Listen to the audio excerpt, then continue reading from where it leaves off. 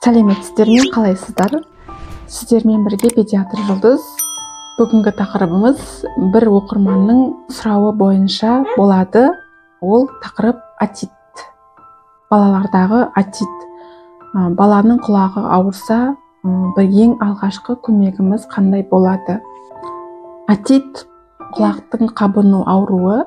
Кез келген қабыну, отит болсын, ринит, синусит, гайморит, гастрит, панкреатит, бұның барлығының артында ит деген жалғау болса, бұның барлығы қабыну процесі болып жатыр деген сөз.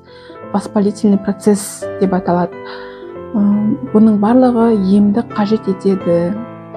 Құлақ ауруы балаларда әдетте мұрын ағуы, температураның көтерілуі, жөтелдің фонында пайда болады. Құлақ қуысында артық сұйықтықтың пайда болуынан болып жатады. Кейде бұл жай ғана сұйықтық болуы мүмкін, ал кейде ірің араласқан сұйықтық болуы мүмкін. Жай ғана сұйықтық болса, балада ешқандай температура болмайды. Жай катаральды средний отит деп жатады. Диагнозы катаральды ортаңғы отит. Және бұл антибиотиксіз емделеді. Ал ірің болса, средний гнойный отит деп жатады. Бұны антибиотикпен емдейді, және клиникасы да әртүрлі болады. Балаңыз құлағының ауырсынуына шағымданса, не істейміз? Егер әрине ол сөйлей алатын болса, ал егер сөйлей алмайтын болса ше, ол үшін біз баланы құлағын басып тексеріп көреміз. Ең алдымен ауру сезімін басамыз. Парацетамол немесе ибупрофен сироптар береміз, немесе суппозиторий береміз. Әрқашанда баланың салмағына сай дозада береміз. Парацетамол болса 15 мг килограмм болады, ал ибупрофен болса 10 мг килограммына есептелінеді. Және де интервал бұл жерде 6 сағатты ұстап тұру керекпіз. Кейінгі біздің іс-әрекетіміз бұл тексеру керек. Дәрігер, педиатр немесе лор дәрігер тексеру керек.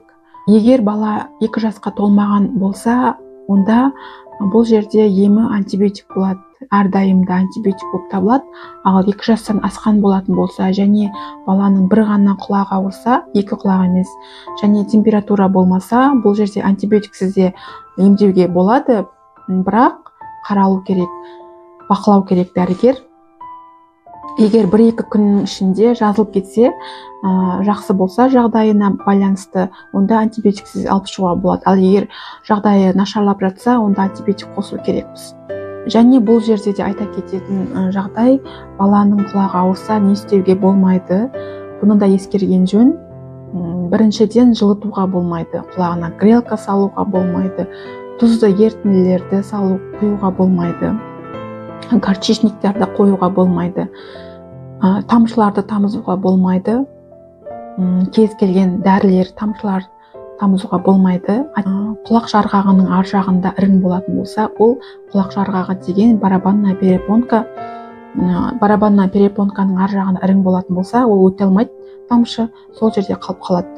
Ал егер құлақ жарғағы барабанная перепонка жарылып кететін болса, тамшы ары қарай өтеді да күйік шақыру мүмкін. Тамшы сол тесік арқылы өтіп күйік шақыру мүмкін. Сол жердің күйігін ожог шақыру мүмкін. Сол үшін тамшы тамызуға болмайды. Антибиотикті суспензия түрінде беретін болсақ, құлақтың ішіне арнайы антибиотикті тамызудың қажеті жоқ, мағынасы да жоқ. Парацетамол және ибупрофенді суппозиторий немесе сироп түрінде беретін болсақ, ауру сезімін басу үшін, онда балаға ауру сезімін басатын дәрі тамызудың құлағына қажеті жоқ, мағынасы да жоқ. Өйткені беріп жатқан дәрілеріміз қан арқылы сіңеді, және ол баланың бойына тарайды, сөйтіп ауырған жерді басады. 2 жасқа дейінгі балалар нақты қай жер ауырып жатқанын айта алмайды, көрсете алмайды, жылай беретін болады. Ол кезде жедел жәрдемін шақырасыздар, жедел жәрдемі қарап тексеріп айтып береді. Және сол кезде жедел жәрдемі сіздерді қабылдау бөліміне лорға апару мүмкін.